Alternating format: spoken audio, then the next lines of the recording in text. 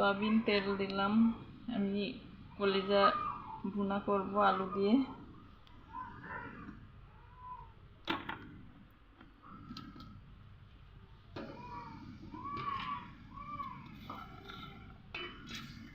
পেঁয়াজ,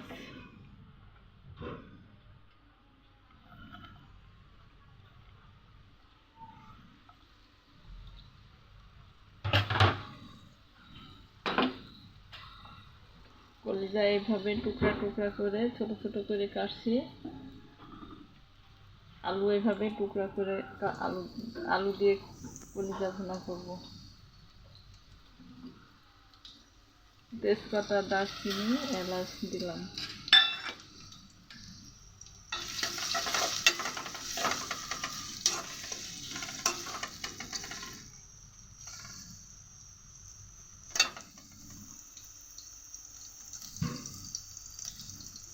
পেঁয়াজটা বেরেস্তা হয়ে গেলে সব মশলা দিয়ে কষাই, তারপরে আমি কলিজা আলু একবারে দিয়ে ভুনা করে পানি ঢেলে দেবো।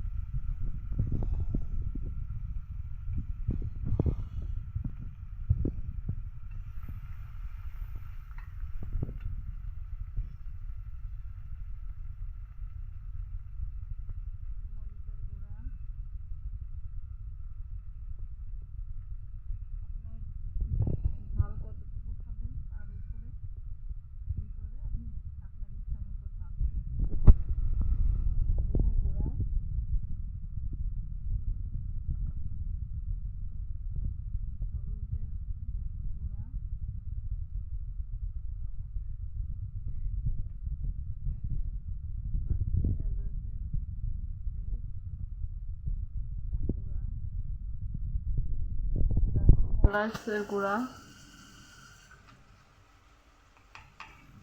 লবণ আমি আগেই দিয়েছি, তারপর আবার একটু দিলাম। দিয়ে একটু কষাই নিয়ে মশলাটা একটু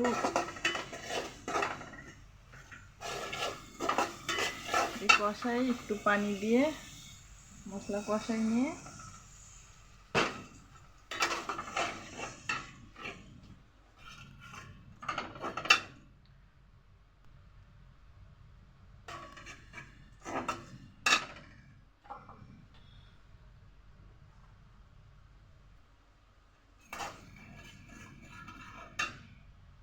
মশলাটা একটু কষানো হয়ে গেলে আমি কলিজাগুলা আগেই গরম পানি দিয়ে সিদ্ধ করে নিয়েছি, সেগুলা দিয়ে দিলাম। দিয়ে ঝোলটা কষালে আমি পরবর্তীটা আবার দেখাবো। কলিজা একসঙ্গে একটু কষানো হয়ে গেলে আলু আর কলিজা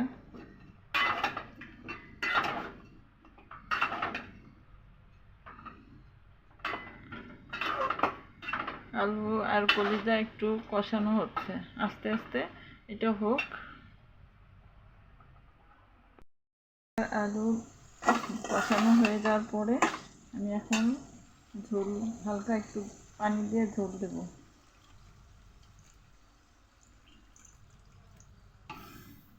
পানিটা হালকা একটু শুকিয়ে গেলে পরে হয়ে যাবে। আপনার ঝোলটা আপনার নিজের উপরে ডিপেন্ড করবে কতটুকু রাখবেন, হালকা মাখা মাখা নাকি ঝোল, সেটা আপনার উপরে ডিপেন্ড করবে। এরপরে হয়ে গেছে কলিজা ভুনা রান্না শেষ। এখন আমি একটু টমেটো সস দেব, দিয়ে নামাই রাখবো। শেষ।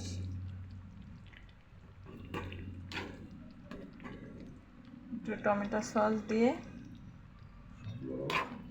রান্নার একটু মজার স্বাদটা ভালো করার জন্যে আমি একটু টমেটো সস নামানোর আগে কলিজাতে দিয়ে একটু নাড়াচাড়া করে নামাই রাখবো।